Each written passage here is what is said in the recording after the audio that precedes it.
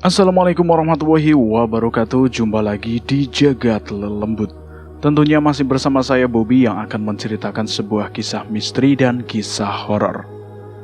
Apa kabar teman-teman semua? Semoga kalian sehat selalu, panjang umur, bahagia selalu, dan sukses selalu.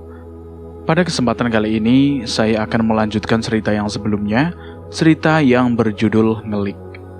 Buat teman-teman yang belum mendengarkan episode sebelumnya, alangkah baiknya mendengarkan terlebih dahulu agar mengerti alur ceritanya.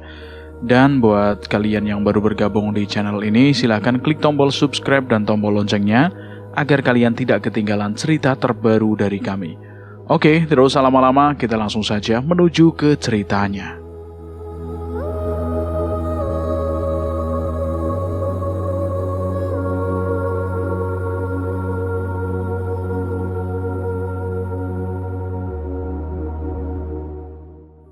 Sari membelalakkan matanya demi melihat batangan-batangan emas murni dan juga setumpuk uang.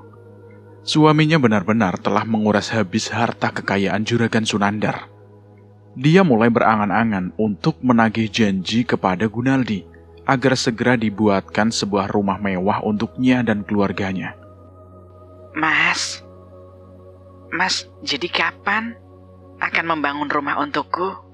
Tanya Sari saat mereka tengah menghitung jumlah uang yang didapat semalam.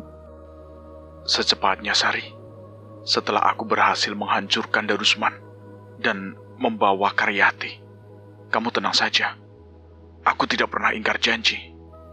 Oh iya, kalau kamu besok berkeliling, tolong berikan uang untuk Kang Miko ya. Anggap sebagai rasa terima kasihku padanya, karena telah memberikan seorang istri yang baik untukku. Mampirlah ke rumah orang tua kamu, berikan uang secukupnya. Karena harta yang aku dapatkan sudah cukup banyak. Sementara itu, aku akan menjual emas batangan ini. Iya, Mas. Besok aku akan menengok keadaan ibu dan ayah. Juragan Sunandar sekarang lebih banyak diam. Dia sama sekali tidak menyangka kalau harta yang ia dapatkan dengan jerih payah selama puluhan tahun harus lenyap dalam hitungan menit saja. Bahkan istrinya berkali-kali jatuh pingsan, sebab semua perhiasan yang sangat ia sayangi dan menjadi kebanggaannya harus raib. Mereka tidak habis pikir, ternyata masih saja ada orang yang sirik dengannya. Bapak, apa tidak sebaiknya kita ikhtiar? Bertanya pada orang pintar. Apa sebenarnya yang sudah terjadi pada keluarga kita? Ibu merasa kalau kita tidak mempunyai musuh, kita bersikap baik pada semua orang. Tapi kok ya masih saja ada orang yang sampai hati menguras semua harta milik kita. Kata istri Juragan memberikan masukan. Juragan Sunandar memandangi istrinya dengan tatapan kosong. Kalau Bapak sama sekali tidak yakin dengan orang pintar atau paranormal. Bapak hanya percaya kalau ini sebuah ujian buat kita. Tapi kalau menurut ibu itu ada gunanya ya silakan saja. Mudah-mudahan dapat membantu. Iya, Pak. Kalau Bapak sudah mengizinkan, nanti ibu akan menyambangi seorang pintar. Dia masih famili dari kakek. Tinggalnya agak jauh. Dan mungkin ibu akan kembali menjelang malam nanti, Pak. Setelah dirasa cukup perbekalan untuk perjalanan, maka istri Juragan yang bernama Tusina itu pun berangkat seorang diri. Kakek Duriat bersedia membantu untuk mendeteksi rumah Tusina. Menjelang pukul 8 malam, mereka sudah berada di rumah sang Juragan. Izinkan Abah melihat dan merasakan aura hitam yang ditinggalkan pelaku pencurian. Abah rasa dia bukan manusia biasa, sebab tak ada tanda-tanda di sini. Namun, Abah merasakan getaran yang kuat dari luar tembok kamar ini. Ada baiknya kita memeriksa di luar sana, ucap Abah Duriat yang mau tak mau harus disetujui oleh Juragan. Disinilah Abah merasa awal dari kejadian itu. Sekarang, coba perhatikan dengan seksama apa yang kita temukan di sekitar ini. Kemudian Abah meminta juragan untuk mengambil lampu senter. Setelah diperhatikan, barulah Abah menemukan suatu petunjuk. Nah, kalian berdua dapat melihat jejak kaki binatang, meski tidak terlalu jelas. Dan dari baunya, Abah yakin kalau binatang ini sejenis babi, atau tepatnya babi jejaden. Dan ini lihat, di dinding ini terdapat beberapa helai bulu-bulu kasar, dan ini adalah bulu babi. Babi ngepet? Iya, tapi ini sungguh punya kemampuan yang luar biasa. Sepertinya makhluk ini telah menguasai ilmu yang bukan hanya mencari harta saja, melainkan dapat merusak apa saja. Dia telah menjadi iblis yang sangat mengerikan. Merusak. Sunandar berseru. Dia ingat cerita kejadian yang menimpa tambak milik Juragan Darusman. Dan beberapa warga juga menyatakan kalau mereka melihat puluhan ekor babi yang mengepung mereka. Benar, binatang jejaden ini memiliki kemampuan 100 tenaga hewan, dan kita tidak mudah untuk menumpasnya. Kalau demikian, desa-desa kita akan menjadi desa yang miskin. Sebab takkan ada lagi juragan-juragan kaya setelah semua harta mereka dihabisi oleh makhluk itu. Benar, nanti pada saatnya Abah melihat akan segera tahu siapa sesungguhnya orang itu. Hanya satu keajaibanlah orang tersebut akan menemukan masa apesnya. Sementara itu di kediaman keluarga Sari. Ibu dan bapak kamu itu gak habis pikir sama kamu, Dok. Kamu memberikan uang sebanyak ini kepada bapakmu. Juga perhiasan untuk adik kamu. Sebenarnya suami kamu itu kerja atau punya usaha apa? Tanya ayah dan ibunya Sari saat anak mereka mengunjunginya. Iya ayah, ibu. Buat apa juga aku harus tahu segala macam pekerjaan suami aku? Yang penting buat aku bisa hidup enak dan bisa membahagiakan orang tua.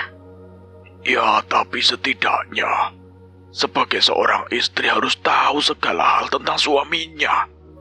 Apa kamu gak takut seandainya, ini hanya seandainya, kalau suami kamu itu melakukan atau mempunyai pekerjaan yang kurang benar, gimana?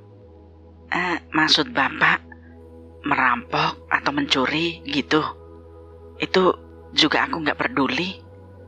Karena aku menikah dengan Gunaldi bukan karena cinta. Aku hanya butuh uang dan ingin hidup lebih baik, hanya itu saja. Ya sudah, kalau itu pendirian kamu. Bagi kami sebagai orang tua, sudah merasa cukup bahagia bila melihat anaknya hidup bahagia. Hanya itu saja. Kami tidak menginginkan segala bentuk harta. Kami sudah cukup senang kamu sekarang sudah berubah menjadi lebih baik dari sebelumnya. Iya, Bu. Dan kebahagiaan Ibu nanti akan bertambah setelah aku membangun rumah ini menjadi rumah yang mewah. Rumah seperti milik juragan-juragan itu. Kamu ini, Ibu dan Bapak juga adik kamu itu tidak membutuhkan itu semua. Kami sudah bahagia memiliki rumah yang kecil ini. Yang penting jika hujan nggak bocor. Ya udah Bu, pokoknya Ibu tinggal lihat saja nanti. Setelah berkata, Sari pun pamit untuk pulang karena Gunaldi malam nanti akan melakukan aksinya kembali. Sari harus beristirahat guna untuk berjaga untuk keselamatan suaminya. menjaga tempat Gunaldi menjalani ritual hingga sampai dia selamat kembali pulang. Mas, rumah siapa yang akan Mas santroni malam ini? Juragan Amri. Aku pernah mengambilnya, namun belum terlalu banyak hasilnya. Yang penting aku bisa menghancurkan semua gudang milik juragan itu dan menghabisi harta simpanannya. Tapi kali ini Mas harus lebih waspada, karena penduduk desa sudah bersiaga dan selalu menjaga kampung mereka. Aku tahu itu, Sari. Dan aku akan meminta bantuan mertuaku di Gua Keramat agar mengirim pasukannya untuk membantuku.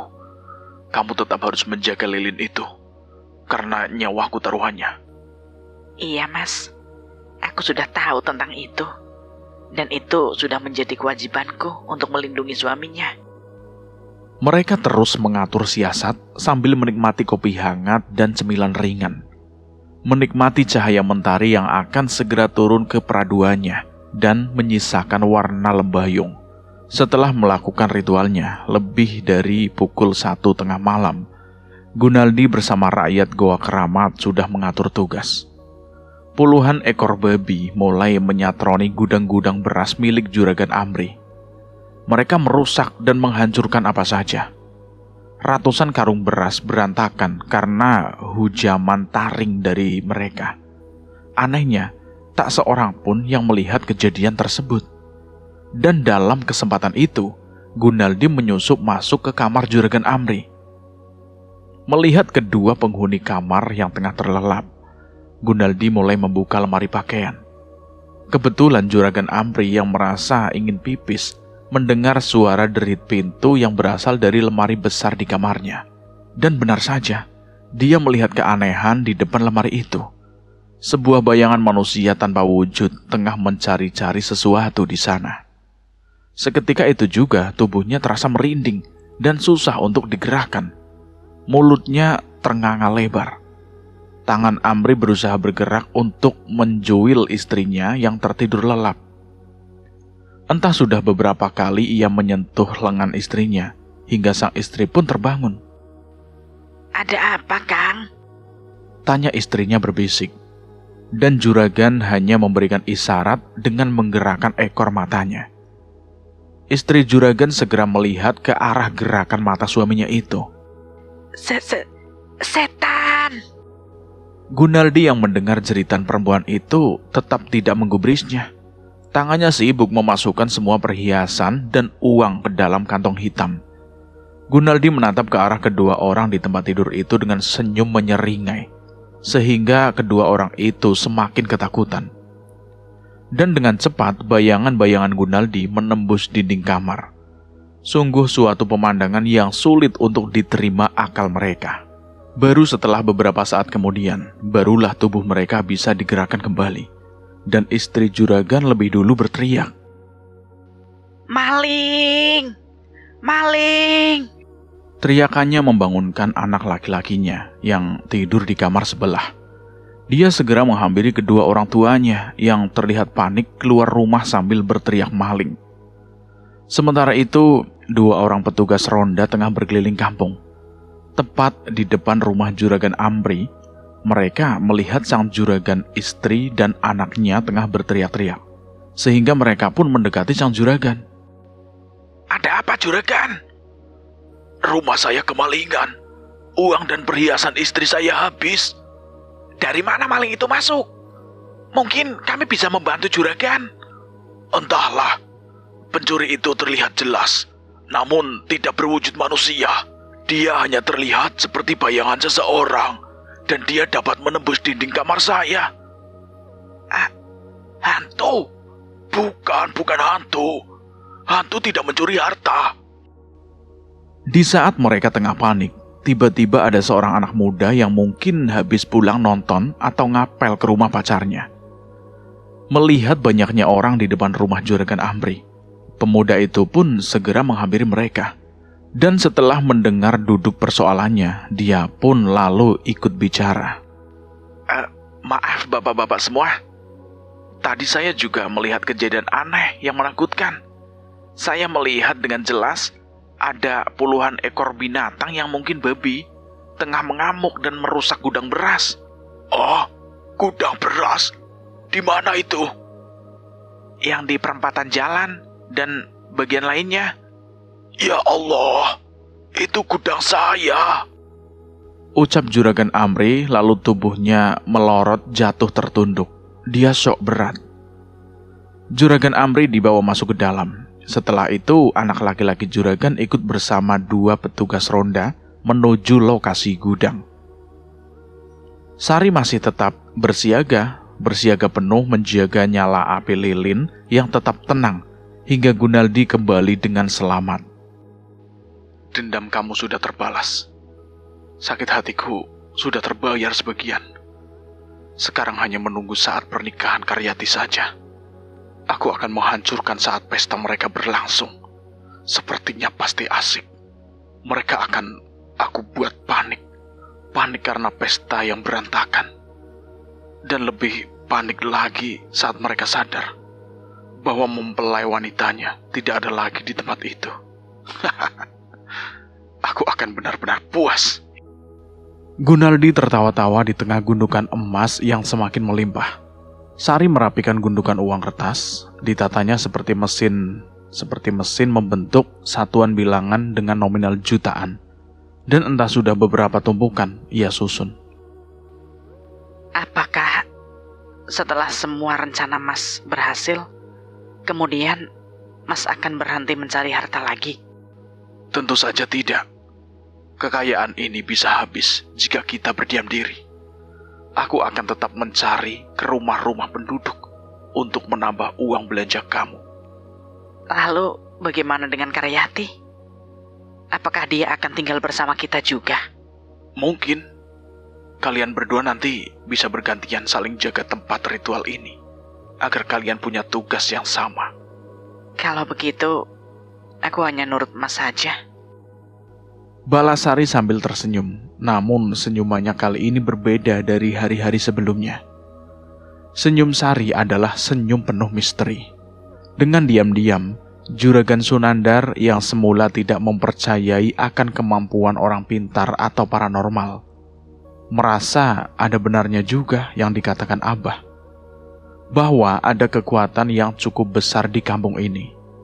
Abah Ucup, nama kakek dari keluarga istri Juragan Sunandar, itu menjelaskan bahwa untuk mendeteksi kekuatan itu, kita harus membersihkan jiwa terlebih dahulu. Membuang semua energi negatif yang ada di dalam diri manusia itu sendiri. Sunandar yang kini sudah jatuh miskin itu menyadari kalau kekuatan jahat itu harus ia hentikan. Jangan sampai banyak memakan korban lagi. Dia sudah mengikhlaskan harta bendanya yang telah habis. Dia hanya menganggap semua adalah cobaan dari Yang Maha Kuasa. Sunandar diberikan pelajaran tentang menebus alam gaib dan segala macam ilmu yang di luar batas kemampuan akal manusia. Dan Sunandar menekuninya dengan penuh kesadaran dan keyakinan yang penuh. Hingga pada suatu saat dia sudah mendapat izin serta restu dari Abah Ucup. Malam itu, Sunandar ingin membeli rokok. Kalau biasanya ia menyuruh orang dan memberinya upah, kini dia harus hidup berhemat, dan dengan tanpa malu ia lakukan sendiri. Meskipun ada beberapa orang yang sempat melihatnya dan mereka seakan mencibir melihat jatuhnya Juragan Sunandar. Tepat ketika ia melewati di sebuah rumah yang lumayan bagus, dia merasakan sesuatu yang lain. Dan juga baru tahu kalau rumah yang dulunya milik penduduk desa ini sudah dibeli orang yang katanya seorang pengusaha muda. Sunandar diam sejenak. Dia duduk di sebuah teras milik tetangga Gunaldi, yang penghuninya itu tengah pergi ke acara pernikahan keluarganya. Sunandar berharap penghuni baru yang katanya pengusaha itu keluar rumah. Sunandar ingin merasakan getaran lainnya. Apakah benar penghuni rumah tersebut memiliki daya magis yang kuat, atau hanya sekedar perasaannya saja? Dan tiba-tiba Gunaldi keluar bersama Sari yang membawa 2 gelas kopi. Mereka lalu meneruskan obrolan mereka dengan suara perlahan.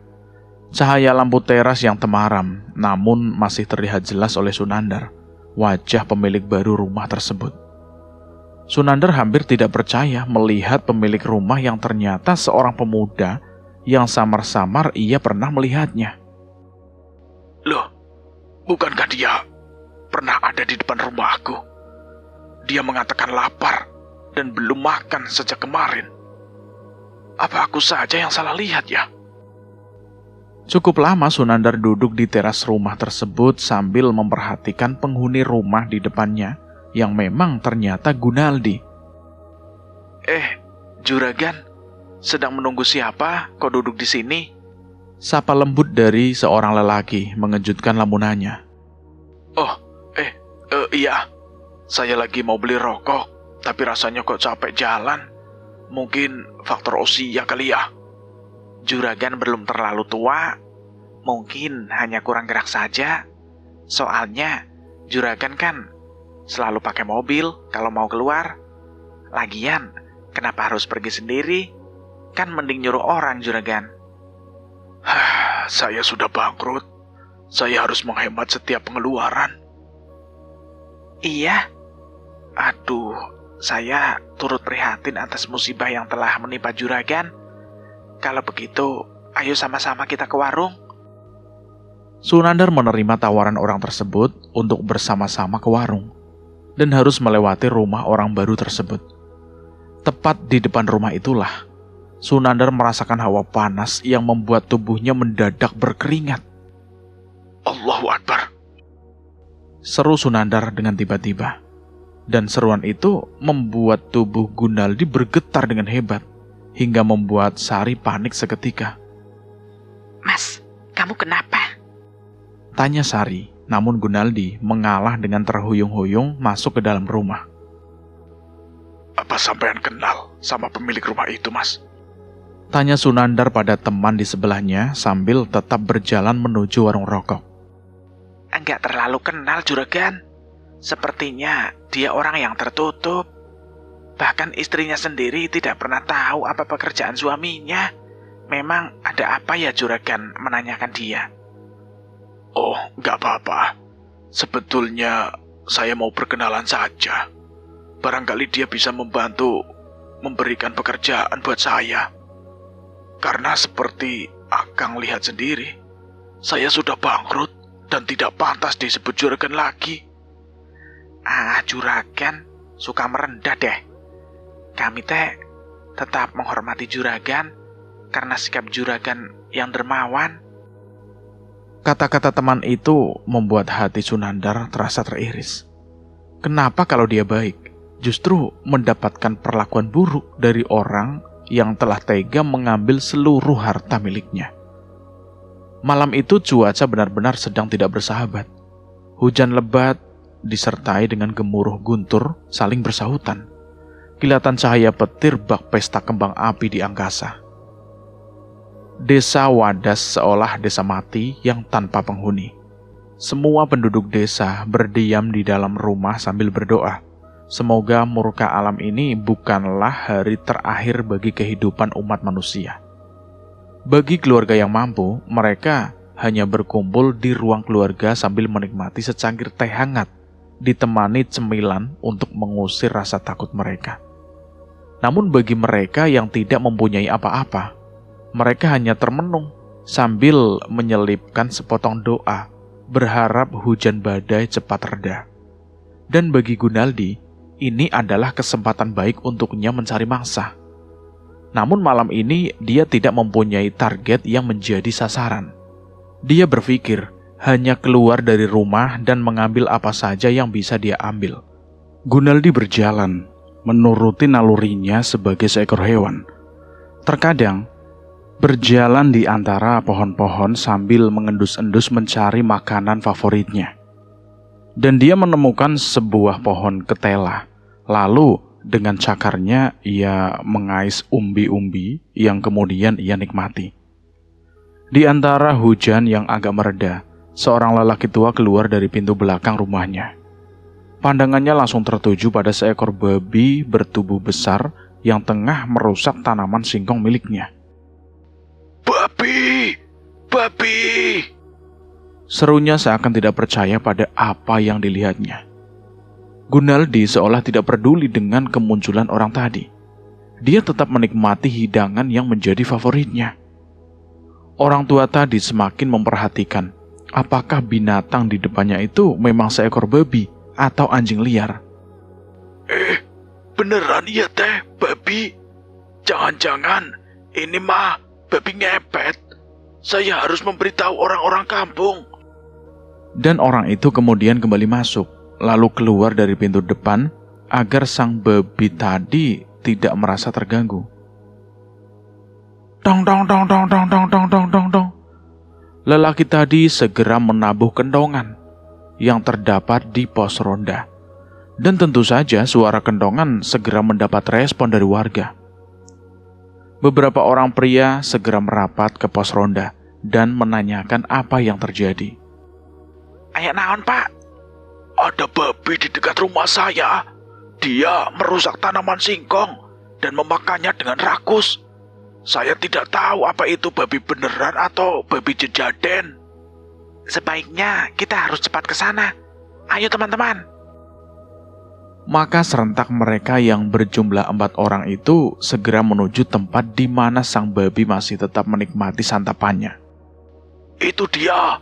Ayo kita kepung saja. Teriak orang tua yang pertama melihat seekor babi tadi. Dengan serentak mereka membentuk lingkaran untuk mengepung. Namun mereka tidak membawa alat atau senjata apapun. Mereka hanya mengandalkan tangan kosong. Beruntung, Gunaldi yang saat itu dalam wujud seekor babi masih dalam pengaruh naluri hewannya. Ia hanya memandang ke 4 orang dengan ancang-ancang siap menyerang. Ayo kita serbu. Dan serentak mereka berusaha menangkap sang babi itu. Sadar kalau dirinya sedang berada dalam bahaya, Gunaldi pun menerjang ke arah mereka dan membuat orang itu malah menepi. Mereka sadar kalau tenaga hewan itu pasti kuat. Gunaldi terus berlari, diiringi suara teriakan dari para pengejarnya. Babi ngepet! Babi ngepet! Teriakan mereka membuat beberapa orang mulai berdatangan dan bergabung untuk mengejar binatang tadi. Dan beberapa di antaranya ada yang membawa senjata tajam. Namun penyerangan mereka terpaksa terhenti, sebab ketika sampai di persimpangan jalan di dekat rumah penghuni baru, babi itu pun raib begitu saja. Hah? Kok hilang? Kemana larinya itu babi ngepet? Mereka masuk dari satu gang dan ke gang lainnya di sekitar rumah Gunaldi. Namun ternyata binatang itu sudah benar-benar menghilang bagai ditelan bumi. Lah kok aneh? Kok tiba-tiba menghilang ya? Apa jangan-jangan di antara sekitar rumah-rumah inilah si pelaku itu tinggal? Tengah mereka mencari-cari, seorang wanita yang ternyata Sari keluar dari dalam rumahnya. Ia pura-pura bertanya pada orang-orang itu. Maaf bapak-bapak, ada apa ya? Kok tiba-tiba ramai sekali? Anu loh Neng, tadi ada babi ngepet. Tapi pas kami kejar, dia lari ke arah sini lalu menghilang. Menghilang? Kok aneh ya? Kok ada babi bisa menghilang? Namanya juga babi ngepet Neng, bukan babi biasa. Oh iya, apa suami Neng ada di rumah? Hati-hati ya, untuk jangan sampai lengah. Ada, dia sudah tidur dari tadi sore. Apa perlu saya bangunin, Pak? Oh, nggak usah Neng. Kasihan habis kerja mungkin kecapean kali. Oh, ya udah Pak. Saya jadi takut. Saya mau tidur lagi aja, Pak. Kemudian Sari kembali masuk dan melihat Gunaldi yang masih duduk menahan nafasnya yang memburu. Untung saja kamu cepat bertindak, Sari. Kalau tidak, mungkin mereka sudah mengeroyokku habis-habisan. Maafin aku ya, Mas. Mungkin aku tadi agak terlambat mematikan lilinnya. Aku mungkin sedikit mengantuk, Mas. Iya, wajarlah kalau kamu itu sampai mengantuk, karena harus duduk berjam-jam. Makanya, aku akan merubah rencanaku. Ini demi meringankan tugas kamu juga. Rencana apa, Mas? Sari bertanya karena sepertinya Gunaldi serius ingin merubah rencananya. Aku tidak akan menunggu sampai Karyati duduk di pelaminan dengan acara pesta pernikahannya. Tapi aku harus bertindak secepat mungkin untuk membawanya ke sini. Selain itu juga, aku tidak rela kalau keperawanan Karyati harus direnggut oleh orang lain.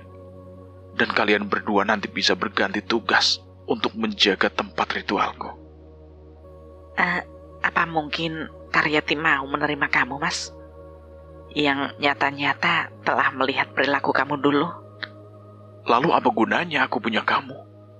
Mungkin kamu sebagai seorang wanita dapat mengerti sisi biologis sesama.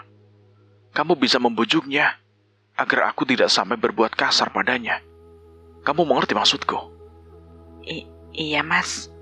Aku mengerti. Lalu, kapan rencana itu akan Mas lakukan? Besok malam. Jawab Gunaldi. Pikirannya menerawang jauh, menembus langit kelam yang masih kejatuhan rintik-rintik hujan. Sehingga membuat tubuh itu merasa dingin. Ya sudah. Kalau begitu, sebaiknya kita tidur. Aku merasa Mas butuh kehangatan tubuhku setelah habis berlarian dalam keadaan basah kuyup. Sari memeluk tubuh Gunaldi, dan Gunaldi pun memang membutuhkan kehangatan tubuh wanita yang kini telah banyak membantunya. Gunaldi langsung memondong Sari yang melingkarkan lengannya pada leher sang suami. Gunaldi menghempaskan tubuh istrinya, dan dengan cepat dia membuat permainan untuk menghangatkan suasana yang semakin dingin mencekam. Siang itu sekitaran rumah Gunaldi dan tetangga dekatnya menjadi perhatian warga. Mata mereka seakan tengah menyelidik rumah-rumah di sekitar. Seakan mereka sudah mendapat gambaran kalau pelaku babi ngepet itu adalah salah satu dari rumah sekitaran Gunaldi. Dan Gunaldi hanya memandangi mereka dari balik gorden jendela sambil tersenyum penuh misteri. Pintu kamar di mana Karyati ada di dalamnya terbuka. Seorang wanita cantik masuk membawa nampan berisi sepiring nasi, lengkap dengan lauk dan segelas air putih. Karyati memandang wanita cantik yang tersenyum ramah ke arahnya. Siapa kamu? Di mana aku ini? Kenapa aku ada di sini? Apa yang telah kalian lakukan? Serentet pertanyaan meluncur dengan deras dari mulut Karyati. Shh, tenang saja. Kamu ada di rumah suami saya. Kamu telah dibawa olehnya. Karena dia mencintai kamu. Dia tidak rela kalau kamu harus menjadi istri pria lain. Suami, kamu sebagai istrinya rela kalau suami kamu menyekap wanita lain di hadapan kamarnya. Istri macam apa kamu ini? Istri sementara. Nah, sekarang silahkan kamu sarapan dulu. Nanti suamiku juga akan melihat kamu. Setelah berkata, Sari meninggalkan Karyati sendirian. Hai, tunggu. Kita belum kenalan. Jangan tinggalkan aku di sini. Karyati berteriak-teriak histeris. Namun percuma saja. Sari sudah berlalu, dia sengaja memberikan waktu untuk makan dan berpikir. Karyati memang merasa lapar, namun ia enggan untuk menyentuh santapan itu. Dia hanya minum sedikit air putih. Pintu kamar kembali terbuka. Karyati kembali melihat ke arah pintu. Ia berharap kalau wanita tadi yang datang. Tapi Karyati menjadi terkejut ketika melihat orang pria yang selama ini ia kenal. Rustandi, kamu... Iya, aku Rustandi. Orang yang pernah, bahkan masih tetap mencintai kamu. Bagaimana kabar kamu? Aku dengar kamu akan segera menikah. Tapi sayangnya, hal itu tidak akan terjadi. Sebab hanya akulah yang pantas menjadi pendamping hidupmu. Kita akan segera menikah, sayangku. Menikah? Bukankah kamu telah mempunyai istri? Hah? Kamu pikir aku wanita murahan apa? Aku tidak sudi menjadi seorang istri dari lelaki yang telah berkhianat, busuk dengan memerkosaku dulu. Dan sekarang kamu menculik aku. Semua itu aku lakukan atas dasar cinta dan rasa ingin memiliki kamu. Sekarang mimpiku sudah diambang kenyataan. Kamu sudah ada dalam genggamanku, dan tidak mungkin akan lepas lagi. Tidak, aku tidak mau. Lepaskan aku, sebelum semua orang kampung tahu kalau kamu telah menculikku. Sekalipun kamu berteriak setinggi langit untuk meminta tolong, percayalah, mereka tidak akan mendengar suara kamu. Asal kamu tahu ya, kalau kamar ini sudah dilengkapi dengan peredam suara, jadi sia-sia saja suaramu habis berteriak. Gila, apa benar yang ia katakan? Benarkah ia akan sia-sia untuk melawan atau melarikan diri dari tempat itu? Berpikir sampai di situ, Karyati hanya merenung. Ia yang mengira kalau Rustandi yang ia anggap menghilang tidak akan pernah kembali lagi menginjak kakinya di kampung ini. Oh, jadi orang yang selama ini dikenal dengan nama Gunaldi adalah kamu. Seorang pengusaha muda yang sukses dengan memiliki banyak usaha. Ternyata berpikiran sempit dan licik. Ternyata kamu pintar telah membohongi mereka. Kenapa kamu tidak berani jujur dengan mengatakan siapa kamu sebenarnya? Mereka telah tertipu hanya karena bekas luka di wajahmu yang pernah dihajar habis-habisan oleh orang yang menolongku waktu itu. Aneh sekali ya, kamu masih bisa bertahan hidup. Sementara kami pikir, kamu itu sudah mati, dimakan binatang buas itu. Kata-kata Karyati tidak dapat terbendung lagi. Ia menumpahkan semua unek-uneknya dengan kesal. Dan karena ulahku sendiri itulah, sekarang aku bisa berubah secara cepat. Aku bukan lagi Rustandi yang miskin, Rustandi yang jadi cemoohan orang. Tapi aku Gunaldi, dengan hartaku ini, aku dapat berbuat apa saja. Atau jangan-jangan kamu... Apa kamu bilang kalau aku babi ngepet itu? Haha, benar. Aku adalah pelaku pesugihan yang telah banyak mengambil harta para juragan kaya di pelosok desa ini. Termasuk Juragan Darusman, ayah kamu. Aku hanya ingin melihat mereka menangisi hartanya yang hilang dalam waktu sedetik saja. Padahal mereka menjadi kaya raya setelah mengumpulkan pundi demi pundi uang. Haha, kasihan ya mereka itu. Tapi kamu tidak perlu khawatir. Semua harta ayah kamu akan aku kembalikan nanti setelah kita hidup bersama. Dan mereka mau mengakui kalau aku adalah menantu mereka. Tidak, aku tidak mau menikah dengan kamu. Kamu bukan manusia lagi.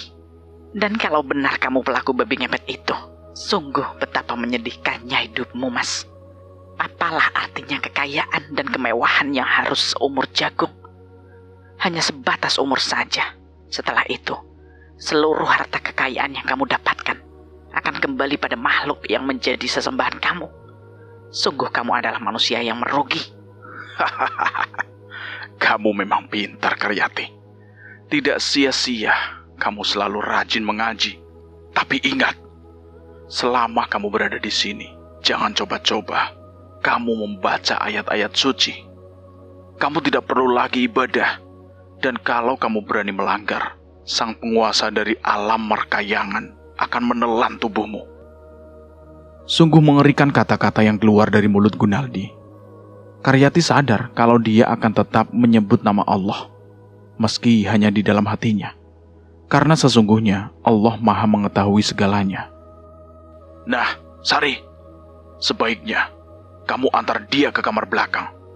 Berikan pakaian dia yang masih baru beli dan belum kamu pakai. Jaga dia, dan jangan sampai kamu menelantarkan dia, ya. Beri makan sesukanya. Manjakan dia seperti kamu memanjakan diri kamu sendiri. Bujuk dia agar secepatnya mengubah pendiriannya, agar segera mau melayani aku. Baik, Mas. Aku akan melakukannya dengan senang hati. Mari, Karyati. Aku akan mengantar kamu ke kamar yang sudah kami persiapkan. Bujuk Sari, dan memang tidak ada pilihan lagi bagi Karyati. Dia pun segera mengikuti Sari menuju sebuah gudang yang di dalamnya sudah dibuat menjadi sebuah kamar. Karyati yang semula ragu demi melihat gudang yang terpisah dan dalam kondisi tidak layak itu. Namun sekali lagi tidak ada gunanya dia menolak. Pintu gudang terbuka. Mata Karyati terbelalak lebar. Dia tidak percaya dengan apa. Uang terlihat di hadapannya. Sebuah kamar yang teramat indah. Kamar yang mungkin hanya terdapat pada zaman raja-raja tempo dulu. Peraduan dengan ukiran-ukiran klasik, kasur empuk dengan spray lembut bak penuh motif bunga-bunga. Karyati berdecak kagum. Dan lagi-lagi, dia semakin takjub demi melihat sekeliling ruangan itu. Meja berukuran besar dan panjang, di atasnya tertata rapi cangkir-cangkir keramik dan ceret serta vas bunga yang semuanya itu terbuat dari keramik. Karyati seolah tengah berada di sebuah kamar yang ia lihat hanya sebatas mimpi. Nah, ini adalah kamar yang spesial untuk kamu. Beristirahatlah. Jika kamu membutuhkan sesuatu, jangan sungkan memanggil aku. Oh iya, toiletnya ada di dalam kamar. Rumah Gunaldi sudah benar-benar dicurigai. Ada sebagian warga yakin kalau babi ngepet itu sering menghilang di dekat rumah ini. Tapi mereka tidak bisa menuduh begitu saja, karena hal semacam itu tidak bisa dibuktikan secara hukum. Mereka ingin membuktikan secara nyata, menangkap hidup-hidup binatang jelmaan itu. Sari hanya mendengarkan bisik-bisik para warga dengan tersenyum. Sari membalas tatapan mata warga yang mulai mengasingkan keluarga yang baru menikah itu. Dan hampir setiap malam, peronda-peronda berkali-kali berkeliling, membuat Gunaldi semakin kurang leluasa untuk bergerak, dan ia harus menghilangkan jejak. Sari, sepertinya kita harus mencari cara lain. Semakin banyak orang yang mulai mencurigai kita, maka kita harus menghindari mereka. Maksud Mas? Kita harus mencari kontrakan kecil-kecilan saja. Bawa alat-alat untuk ritual. Dan biarkan Karyati tinggal sendirian. Cukupi saja semua kebutuhannya. Baiklah Mas. Kapan Mas mau mencari kontrakan itu? Mungkin besok kali ya. Besok ya. Baiklah Mas. Nanti aku siapkan apa saja yang perlu kita bawa. Dan Gunaldi berkali-kali memutar otaknya, mencari solusi untuk keselamatan dirinya dalam melakukan aksinya. Hari pernikahan Karyati yang sejatinya digelar hari ini terpaksa dibatalkan atau ditunda, sebab sampai sekarang Karyati belum juga pulang ke rumah. Pak Darusman beserta istrinya hanya bisa meminta maaf pada kedua calon besannya. Bahkan Wartono, calon pengantin pria, nampak kecewa dengan kepergian atau hilangnya Karyati. Namun semua ini terjadi begitu saja, semua tanpa ada yang menduganya. Semua hanya duduk termenung, tenggelam dalam alam pikiran masing-masing. Ya sudahlah, semua ini terjadi begitu saja. Kita tidak boleh saling menyalahkan. Kalaupun Karyati pergi atas kemauannya sendiri, itu pun pasti ada alasannya. Lagi pula, saya secara pribadi tidak merasa yakin, sebab Karyati seorang gadis yang lembut dan selalu mematuhi perintah orang tuanya. Jadi saya menduga, barangkali ada peristiwa masa lalu yang melibatkan seseorang. Ya, anggaplah kalau dulu dia mempunyai kekasih atau pacar, dan mereka putus karena ada sesuatu perbedaan pendapat misalnya. Kata calon besan kepada Juragan Darusman. Iya, saya ingat. Beberapa bulan lalu, Karyati sempat berpacaran dengan pemuda kampung sini juga. Mereka memang saling mencintai. Namun Karyati sadar kalau pacarnya tidak punya masa depan yang jelas. Dia bekerja ulet. Sayangnya, dia terlalu asik bermain judi dan mabuk-mabukan. Sehingga uang gajinya yang seharusnya bisa membantu orang tuanya dan ditabung untuk biaya pernikahan harus habis dalam beberapa jam saja. Akhirnya Karyati memilih untuk putus. Belakangan dia baru tahu kalau ternyata laki-laki itu menyimpan dendam. Lanjut Pak Darusman menceritakan kejadian yang menimpa putrinya. Apa mungkin Karyati hilang ada hubungannya dengan laki-laki itu? Mungkin saja, Pak. Tapi kemana kita harus mencari Karyati? Sementara hampir semua warga sudah ikut membantu mencari. Bahkan kepolisian juga belum ada kabar lagi. Oh iya, saya turut prihatin dengan kejadian yang menimpa Pak Darusman ini. Telah banyak kehilangan harta dan tambak ikannya hancur. Banyak orang yang bercerita loh, kalau mereka melihat pasukan celeng yang merusaknya. Saya merasa aneh loh, dari mana datangnya binatang-binatang itu? Apalagi bila dihubungkan dengan isu babi ngepet. Apa mungkin gerombolan babi itu termasuk kelompoknya sang babi ngepet itu? Ya entahlah, Pak. Kami semua warga juga tengah memperketat penjagaan sepanjang malam guna mengantisipasi makhluk itu. Bahkan sebagian orang sudah mencurigai salah satu warga di sini karena pernah melihat binatang itu menghilang tepat di rumah itu. Ya, semoga saja warga bisa menangkap makhluk yang telah banyak merugikan orang itu, hidup atau mati. Dan obrolan mereka akhirnya terfokus pada masalah babi ngepet. Lalu bagaimana dengan Karyati sendiri? Gadis itu tengah duduk termenung di tempat tidurnya. Tak banyak yang bisa ia lakukan selain bolak-balik dalam kamar itu, sebab untuk keluar pun pintu terkunci. Karyati sesekali memandang dari kaca jendela, berharap kalau Sari datang dan mengizinkannya untuk menikmati udara segar di luar sana. Harapannya kali ini terkabul. Istri Gunaldi membuka pintu kamar. Kret. Bagaimana tidur kamu semalam? Nyenyak? Entahlah. Bagaimana mungkin aku bisa tidur nyenyak? Sementara pikiranku tengah tidak karuan. Apakah ini sudah takdirku? Harus hidup bersama kalian, para pemuja iblis. Jawab Karyati memandang Sinisari yang dengan sabar mengambil sebuah apel merah yang kemudian ia belah menjadi 4 bagian. Makanlah, agar kita dapat bicara dari hati ke hati. Agar kamu tahu kenapa aku bisa dan mau menerima Gunaldi menjadi suamiku. Karyati menerima apel yang diberikan Sari, kemudian dia menggigitnya. Aku tidak marah sedikit pun kamu bilang aku ini pengabdi setan atau iblis. Karena aku mempunyai alasan sendiri. Seperti juga dengan Gunaldi. Dia memilihku dengan alasannya sendiri. Kami menikah dan tinggal satu atap tanpa cinta. Karena aku sendiri sudah tidak lagi memiliki perasaan itu. Aku hanya punya dendam atas masa lalu. Dan Gunaldi telah membalaskan semua dendamku. Aku merasa hutang budi padanya, dan aku juga akan membantunya menuntaskan dendamnya terhadap orang yang telah membuat dirinya terbuang, termasuk kamu, Karyati. Tapi kamu jangan takut, Gunaldi tidak akan pernah menyakiti kamu, selagi kamu bisa menghargai dan memahami jalan pikirannya. Berusahalah untuk menerima dia bukan sebagai Rustandi lagi, tapi sebagai Gunaldi. Kamu akan mendapatkan apa yang kamu inginkan. Harta kekayaannya berlimpah ruah. Kamu akan bahagia. Bahagia kau bilang?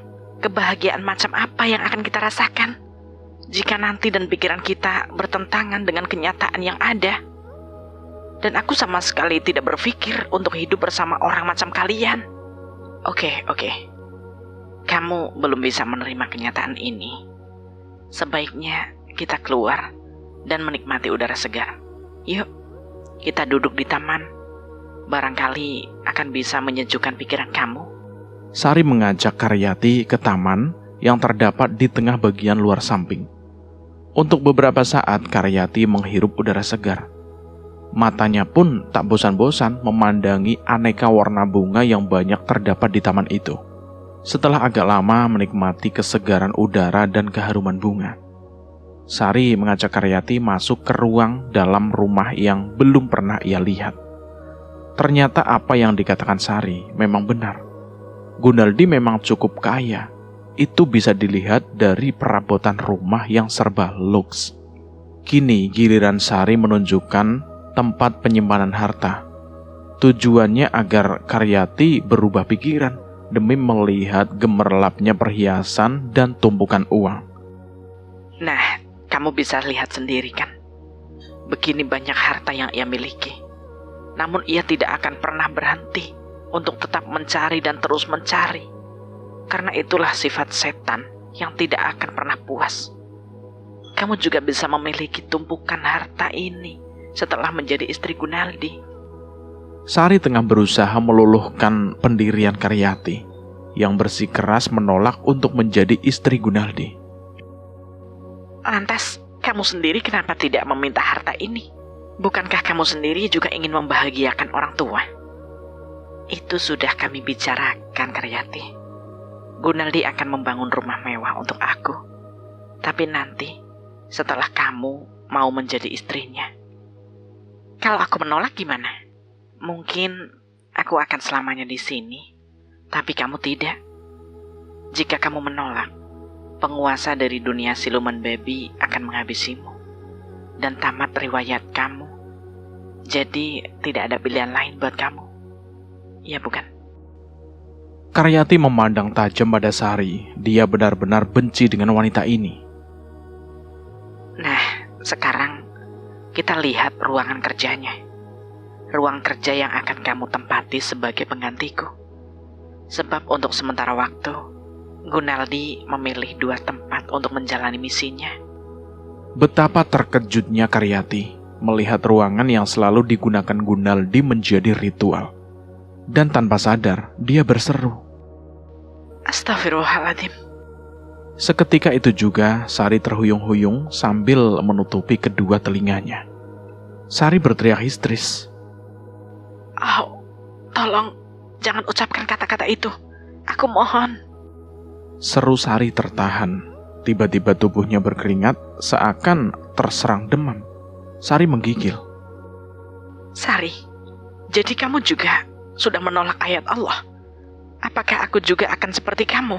Tanya Karyati heran, karena melihat wajah Sari yang pucat. Maafkan aku Sari. Iya Karyati. Bukanlah Gunaldi telah mengatakan sama kamu, jika kamu berani melanggarnya, akan berakibat fatal.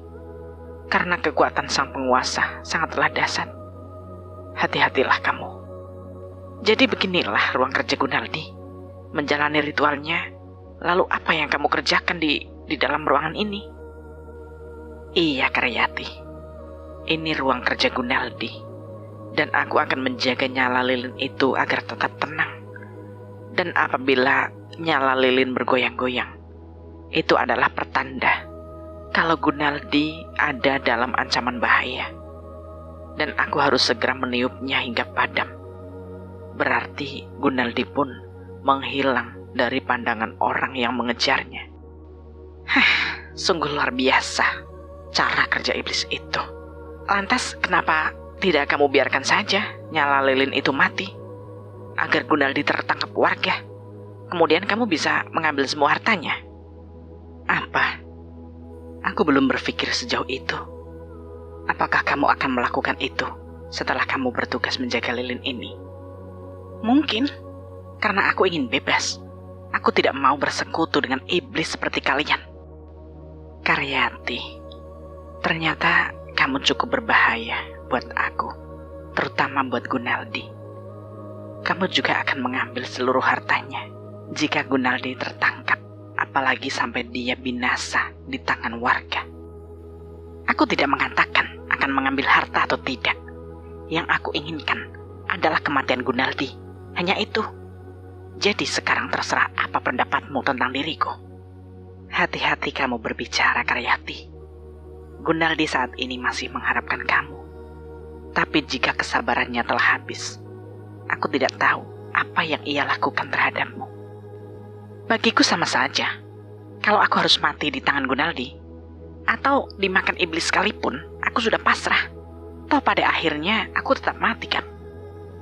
Ya sudah, jika itu sudah menjadi keputusan kamu. Aku hanya berpesan agar kamu tetap waspada dan berhati-hati. Perdebatan mereka pun terhenti saat mereka melihat Gunaldi sudah berada di ambang pintu. Oh, rupanya kalian di sini. Aku senang melihat kalian akur. Dan memang sudah seharusnya sesama istri-istriku kalian bisa saling berbagi. Bukan begitu, Karyati? Tanya Gunaldi, senyumnya mengambang demi melihat kecantikan wajah Karyati. Karyati tidak membalas, dia hanya menatap tajam wajah Gunaldi. Hahaha, senyum dong. Jangan kamu tatap aku seperti itu. Aku bukan musuhmu, tapi calon suami kamu yang harus kamu hormati dan hargai. Kamu harus menuruti segala perintahku. Dan jika kamu bersikap baik dan secepatnya menyerahkan dirimu seutuhnya, maka akan aku berikan separuh hartaku malam ini juga, sebagai hadiah bulan madu kita. Nah, Sari, siapkan kamar belakang. Ganti spray dan selimut dengan yang baru. Karena nanti malam, aku dan Karyati akan melakukan bulan madu. Bukan begitu, Karyati? Baik, Mas. Aku akan siapkan segera. Karyati hanya tertunduk. Tiba-tiba nyalinya menjadi ciut untuk memandang wajah Gunaldi. Karyati melihat ada cahaya merah pada dua bola mata Gunaldi.